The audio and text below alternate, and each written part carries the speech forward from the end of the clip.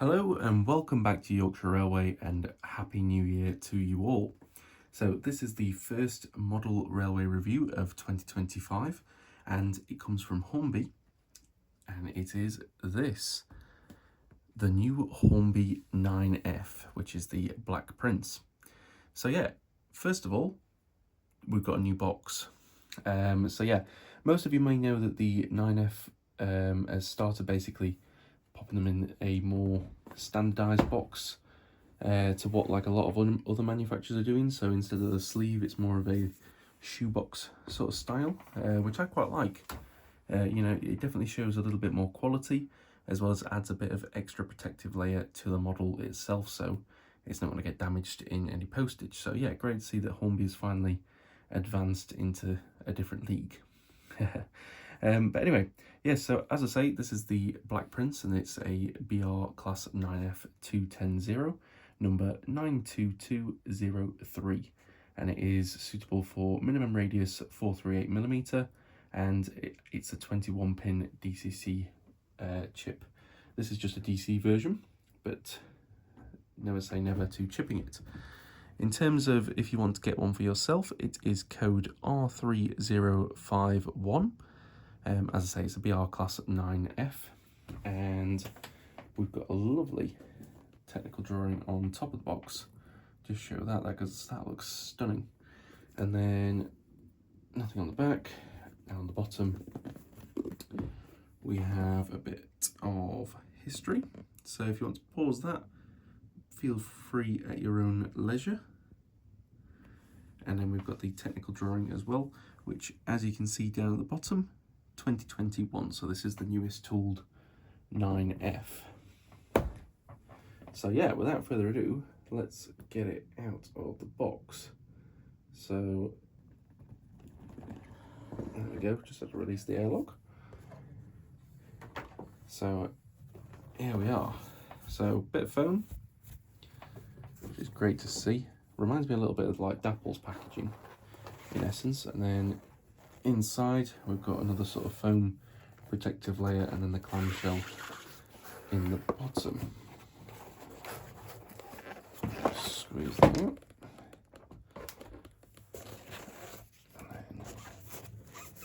And there is a protective base layer of foam at the bottom as well. So yeah, great to see from Hornby. So we'll look at the technical information sheet to start with. As you can see, this is for the 9F. And this is the 21 pin instructions as well. So here we go. So we've got lubrication points, pretty standard. Accessories, yeah, not too much to fit, but nice to see that there is some in there. We've got the tender dismounting there. Looks like there is space for a speaker as well, which is great to see. I imagine it's been designed with the HM7000 in mind. We've got the close coupler. It is the standard sort of cable-tied drawbar, not the new one that the Black 5 have, which is a bit of a shame, but you know, I think this was designed before that was innovated in. As you can see, loco disassembly. Looks like it's just a couple of screws on there, so that's great. Actually, that's on tender, should I say. And then, yep, down below, there we go. We've got the DCC chip that you can pop into place as well as the speaker. So it has got the housing just in there for it. So yeah, as I say, I think it's pretty much designed for the HM7000, but not to say that you won't be able to fit others to it. But anyway, right. Let's slide this out and we'll take a look. So I haven't actually opened this and it arrived a couple of days ago from TMC. It's a nice tight fit. There we go. So yeah, be great to see what we've got inside. So looking at first, we've got brake rigging, we've got some pipe work as such, we've got a painted crew, which is great to see. There's an M coupler in there as well, some other pieces, but most of all, oops, sorry, it's not the camera. If I can focus, there we go. You can see that we've got etched nameplates with black prints on it. that is great. Yeah, really looking forward to getting this out and having a look. Oh, I'm quite excited. This is my first time with a Hornby 9F. Okie dokie. Take that off. Put it back in there.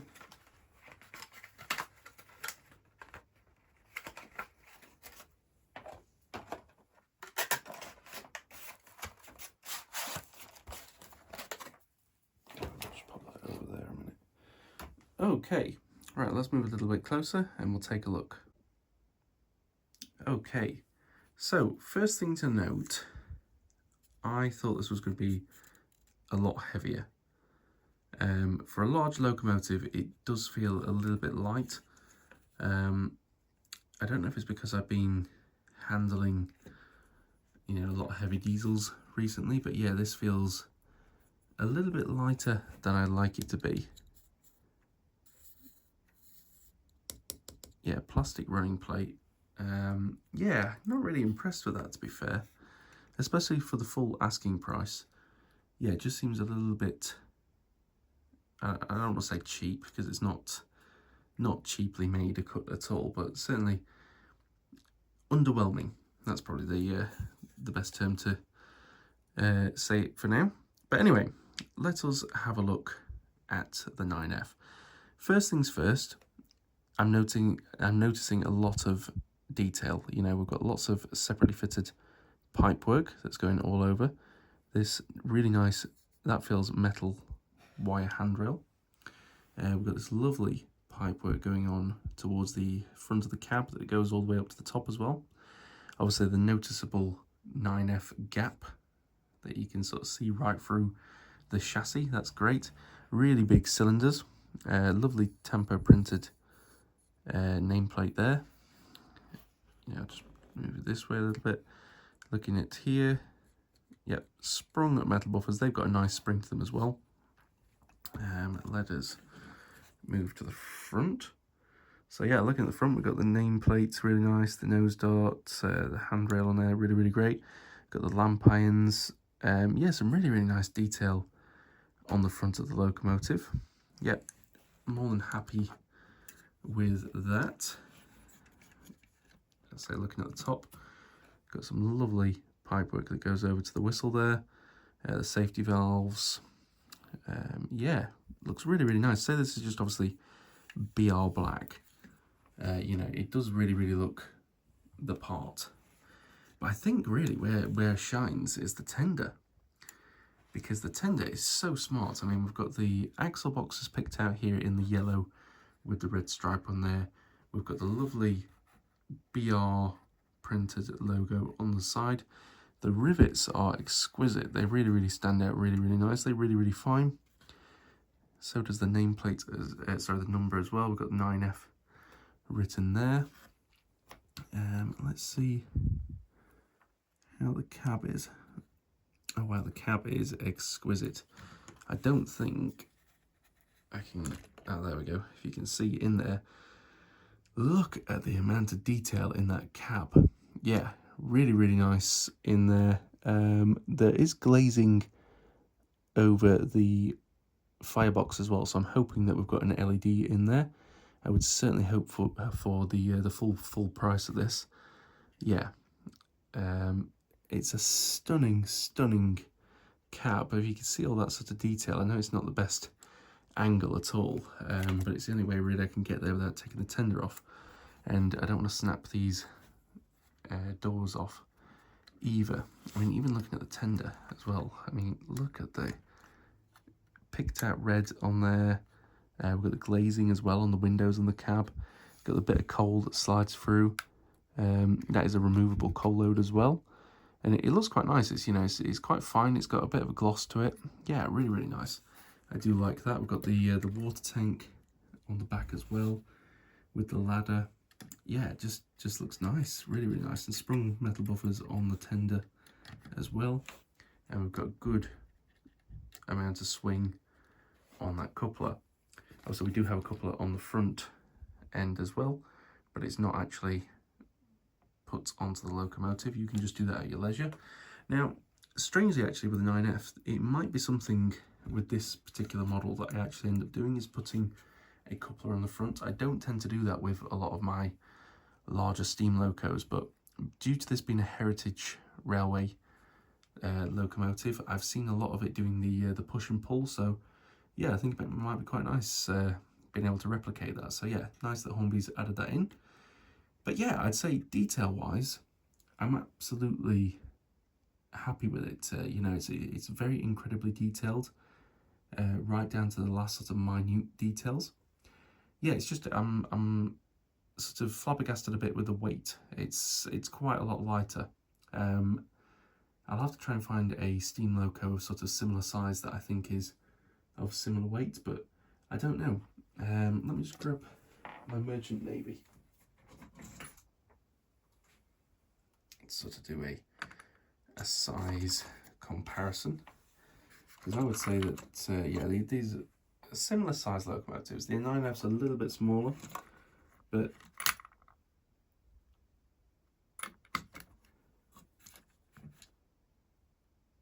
actually I'd say the 9F is maybe marginally heavier. Yeah, maybe marginally heavier. But I wouldn't say it blows me out the waters. It definitely doesn't you know, blow your socks off in terms of weight, especially for the full asking price of this is £250 now. So yeah, definitely not blown away by that, but it can still redeem itself. You know, looks is only one thing. Have we got the pivoting covers? Yes, we have. I forgot to mention that, but yeah, we have got pivoting roof covers. But yeah, it is it's a stunning looking loco. Yeah, I can't fault Hornby at that at all. It is a stunning looking loco. The textures as well, I don't think I mentioned this either, but if you look in the tender, just look below where the coal load comes out, that grill sort of effect there, that is stunning. Really, really stunning. Yeah, very, very, very happy about that. Anyway, I think what we should do now is we should get the Black Prince down onto the track and we'll give it a quick test. Okay, so there is the Black Prince down onto the track, and yeah, I think maybe I have been a little bit harsh. I think it definitely is a stunning locomotive. You know, definitely gets across that heft and might. But yeah, I still think it's a little bit light for the money. Anyway, let's get some juice and let's see how good a crawl we can get out of it.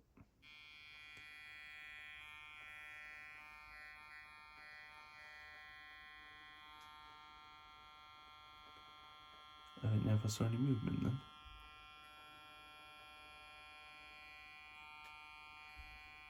Oh, there we go. There, we're moving.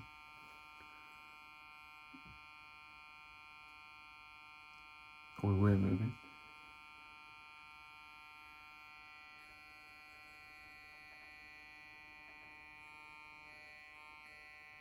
There we go. That is moving. That's not just my eyes. That is moving.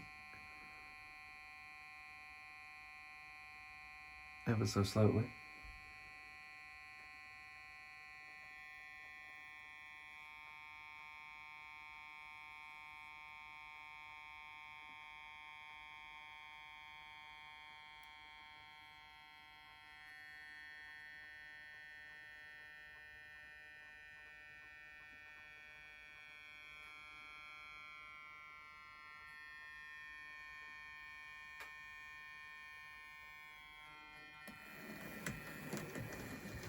And there we go, just starting off.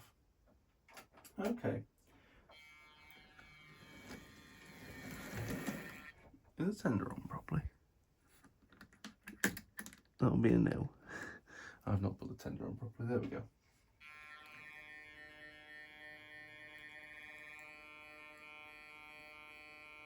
So yeah, so that's a reverse crawl. That is very impressive, I will say so.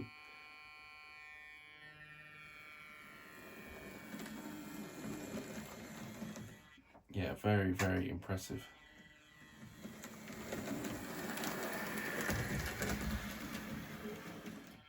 Very, very impressed. You know, obviously this hasn't been running. This is its first 2 minutes on the track. And yeah, I am incredibly impressed with the performance so far. Obviously, what I'm going to do now is I'm going to set it running in forwards direction 30 minutes and reverse in 30 minutes as well. Give it a full hour's running, and we'll see if the performance comes back at all. Anyway, I'll see you in a little bit, folks.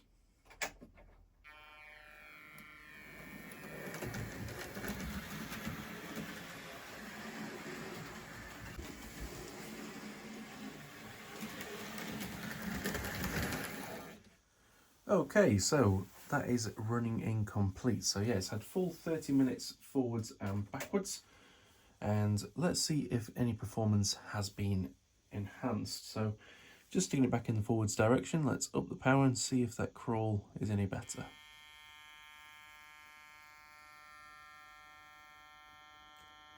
I did see a slight bit of movement.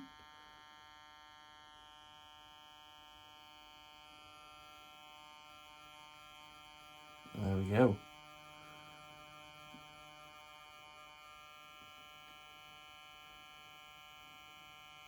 Yeah, it's got elements of it. It keeps sort of stalling a little bit. That buzzing sound is a little bit on the loud side. Yeah, and then we're just starting. So yeah, there is elements there. I will give it the benefit of the doubt because, and I'll be brutally honest in terms of what's happened. So when I started running it in, I ran it in half an hour in the forwards direction and it started snowing. And it got really, really cold here in the shed, and at the time I was just wearing a hoodie. So I was absolutely freezing. So what I've then done is I scrapped the running in. I came back in a couple of days later. I've given it a full half an hour forwards and backwards at the same time. So it's technically had an hour in the forwards direction. But yeah, it's currently about -3 at the minute. So yeah, it's pretty cold. But there you go, you can see that is quite an impressive crawl. Although it does keep sort of stopping, I will give it the benefit of the doubt due to it being quite cold in here. I know certainly from what I've seen in the past, not necessarily boiling hot, but definitely when it's warmer, they seem to run a bit better, but I do not think the performance is too bad. However, one thing I will say about my experience with this running in reverse, not necessarily in the forwards direction, in reverse, I did have quite a few derailments. Obviously I was running in at 50% speed, which you never usually probably would run it that quick, I guess if you were doing like a push-pull service. But I had on a lot of the point work, it derailed.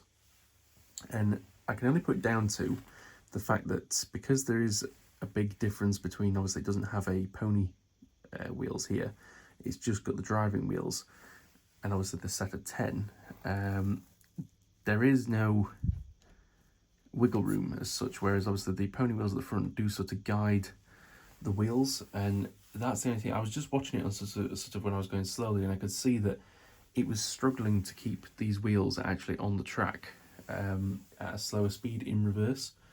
So yeah, that is something to watch out for if you've got particularly tight curves.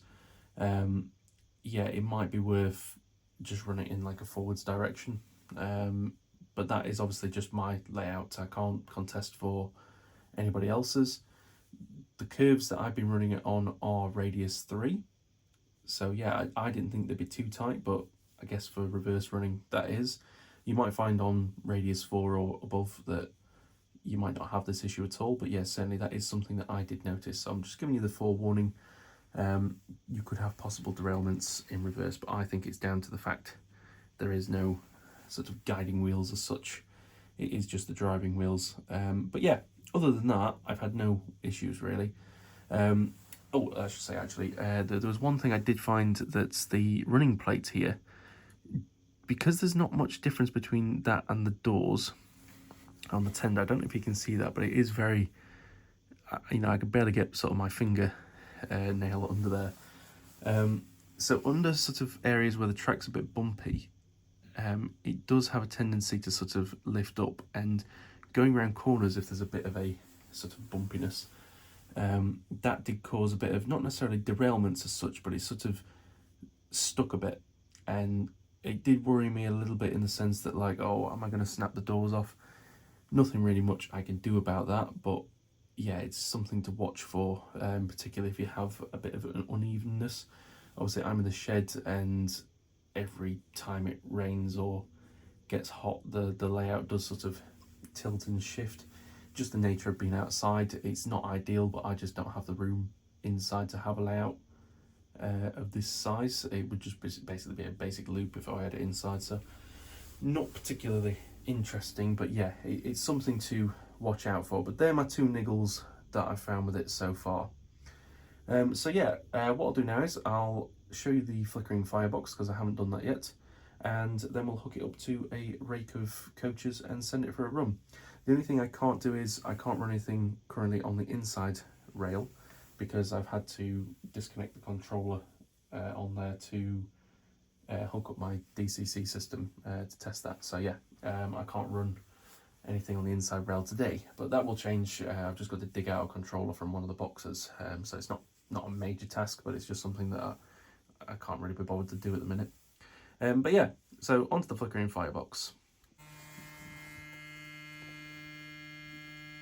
So there we go. I don't know if you can see that very well, but there's the flickering firebox. It does have quite a good flicker to it, actually. Not the brightest of flickering fireboxes, but yeah, definitely looks pretty good, I'd say. Okay, so we've got the lovely Black Prince hooked up to a rake of 6 coaches, so I think that should be plenty to suffice. Chosen to do a passenger service today just because the Black Prince was a heritage railway locomotive, so we'll be doing rail tours, so I thought that was a little bit more suited. Although it used to be a, I believe it was an iron ore locomotive, so yeah, definitely could be used for mixed freight or passenger service. So yeah, let's give her some juice and we'll send her on a lap around the track. Nice gentle start.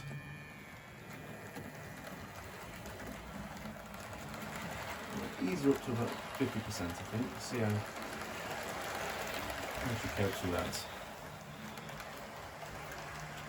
So yeah, there we go. The 9F has completed its first lap round. One thing I've noticed is, and again, I don't know if this is because of the cold or just the lack of torque, but it does seem to slow down a bit. So you might see it as we go around the corner here.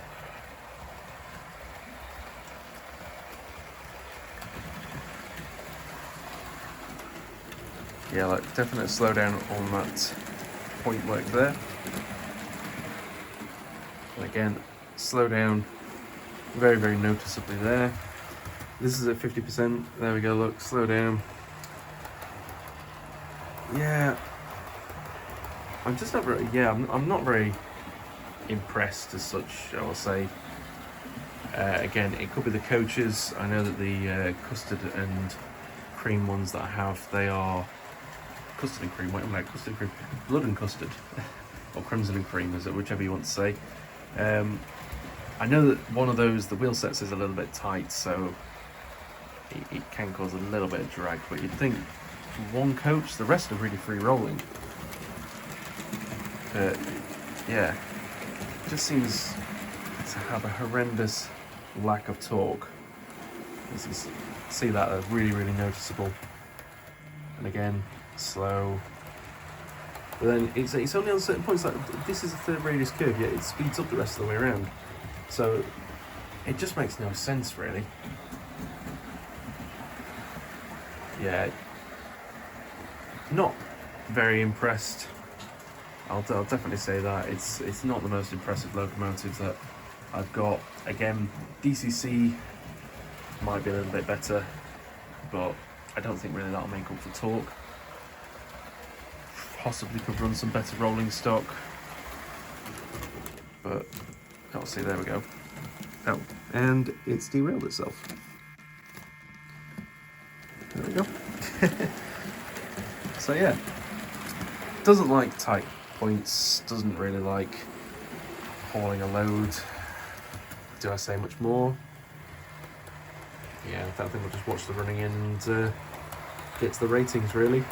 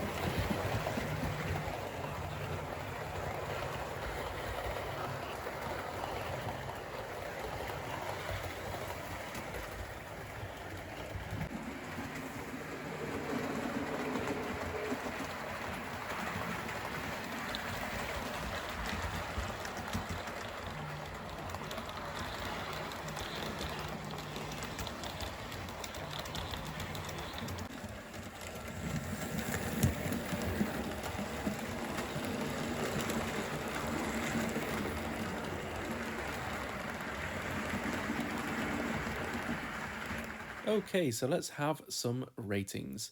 And this is for Hornby's 9F Black Prince. And we'll start off with the performance, which you may not agree with me on this and think it's a little bit harsh, but I've awarded it 2.5 stars. I simply awarded this, I just don't think that the motor in this is any good. I think it's really, really seriously underpowered. Its torque isn't the best. It can turn its wheels under, say you put your finger in front of the locomotive and it will sort of spin eventually, but from like a standing start, not at all. You put it on full power and it literally just stands there humming. So yeah, I just don't think there's a lot of torque in the locomotive, and I found this at slower speeds going around certain curves. It almost just stops. I had this on the curved points when I was running it in. I was a bit wary of, because I've got obviously the track goes quite close to the edge. Obviously, I'm going to be working on that as the layout progresses. There'll be like a barrier to stop that happening. But I thought, I'm going to get on with some other stuff, so I didn't want to have to be like almost watching it as such. So I thought, well, I'll not do it on 50%. I'll just turn it down to 30%. And yeah, I was sat there at my desk just working on some other stuff, and it literally just stopped. I had to turn around. It's there humming. I sort of pushed it along, and it started running again fine. And then again, you've seen it in the video just as it's going round, it's on third radius curves and it's slowing down.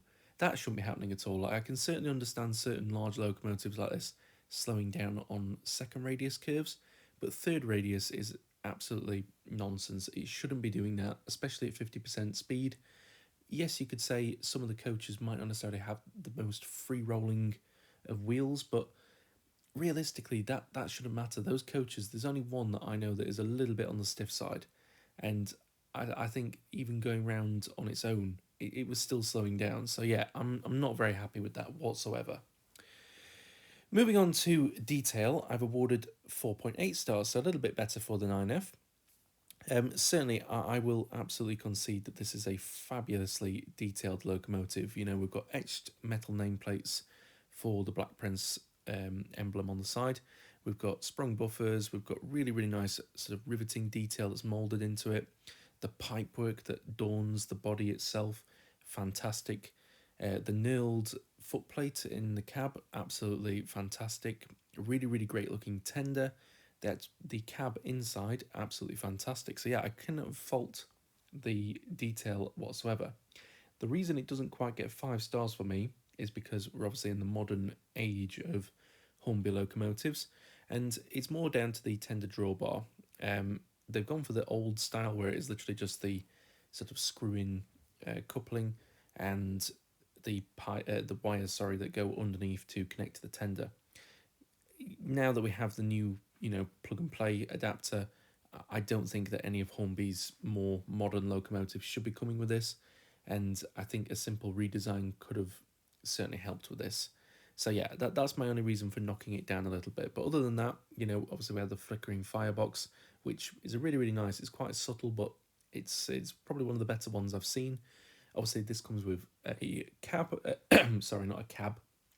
A crew, painted crew as well. So yeah, absolutely fantastic for detail. I cannot fault it. And again, we get to the livery. 5 stars, cannot fault it. I didn't find any spots of glue on this. The black is just absolutely fantastic. The the printed detail on the side, absolutely fantastic. The painted detail for the pipework, amazing. Yeah, just cannot fault it. So yeah, 5 stars for the livery, and pretty good for the detail as well. Quality, I've sort of said this in the performance, but it is more just down to the fact it lacks torque. And for a 200 and, I'm rounding up here, but £260 model at the full RRP, yeah, I am not impressed at all. I think, we're getting close to the £300 territory, and I am not happy with this at all. It's not a great loco for its power. For its looks, definitely, but for its power, yeah, not at all. I think the motor, whatever it is inside it, is a bad choice. I think they should have gone for something a little bit more powerful. And I'm not really sure if the gearing is tailored to this loco properly, but yeah, it just seems a little bit on the slow side and a little bit underpowered. So yeah, that's why it's getting a 3-star for quality. Obviously, the reason it's not quite as bad as the performance is because quality-wise, we have things on here like the flickering firebox and the metal nameplates and the knurled footplate, which are great, quality features. So yeah, that's boosting it up a little bit. But certainly for its mechanical side, it is not brilliant at all. And then we get to value. So I paid £142.49 for this. So I think that is a pretty good price going. I think it was about a 55% discount. It was discounted about 50%, I think, from TMC over the New Year sales. So yeah, January sales I got this in, and I got a further 5% on that for a discount code that I found in a magazine. So, it's in there, it works, I'm going to take it up on it. So yeah, 55% discount, I cannot complain whatsoever at the price I paid for this. Full price, yeah, it is not worth it. Certainly, I have definitely done the correct thing in buying it in the sales. It is never in a million years worth the £259.99 or whatever it is. It's around about that ballpark figure. It's just ludicrous that Hornby think that is good value for this. So yeah, other than that, I would say if you're wanting a Hornby 9F and you have quite wide radius curves, yeah, it probably will work a little bit better. I can't say really that my track work is the best, but again, I can only test it on what I have, and I am a beginner in terms of track work, but I don't think it's bad. It's certainly not like bouncing around all over the place, and we've got like random bankings and things like that. It is just Hornby set track at the end of the day with a bit of pico chucked in it. So yeah, I don't think it's terrible, but it just didn't run very well. So yeah, take it as it is. This is my version of it. So yeah, I can only go on what I have in front of me. But I'd be interested to know in the comments down below, have you got one of these, and does yours act anywhere in similar to this? Is it just a fault with the 9F in general, or have I just got one out of a bad batch? But then we get to the overall rating, which is 3.76 stars. And yeah, it's a little bit over halfway with that. Certainly the livery and the detail does boost this up massively. But yeah, I am just bitterly disappointed with it. I was really looking forward to it because this locomotive has a little bit of a special place in my heart because it runs on the Norfolk Railway, somewhere that I visit quite frequently because I have family down there. So I'm always out and about in Norfolk at some point during the year, and yeah, it's one of those. I've got paintings of this locomotive ready to go up in the train room, and yeah, it's just left a little bit of a bitter taste towards the Black Prince. Certainly not the real life locomotive, although it's not actually running anymore because it's ran out of its uh, boiler cards. So yeah, until that gets sort of overhauled, and it won't be back on mainline running for a while. But yeah, yeah, it's just a bittersweet ending to this, really. I really like the look of the loco, but I just hate the way it performs. That's the easiest way to explain this loco in my mind. But yeah, in the comments down below, drop me anything, your thoughts. Do you think I've been a little bit harsh? Do you think that it is just my version of this? Do you think I should send it back for a essentially another one? Certainly if anyone's from TMC, get in touch. Do you think this is how they are supposed to run?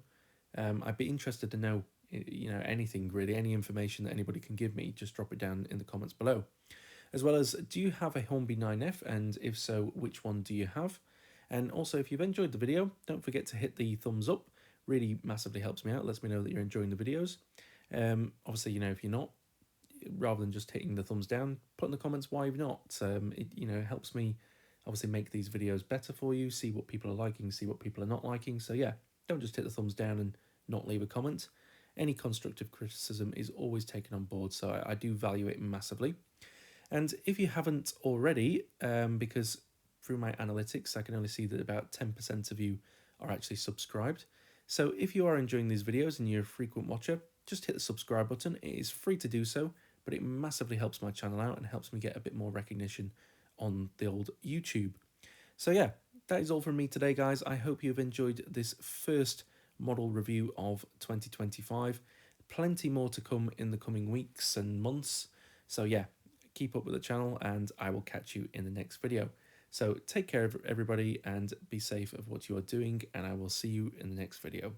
Bye bye.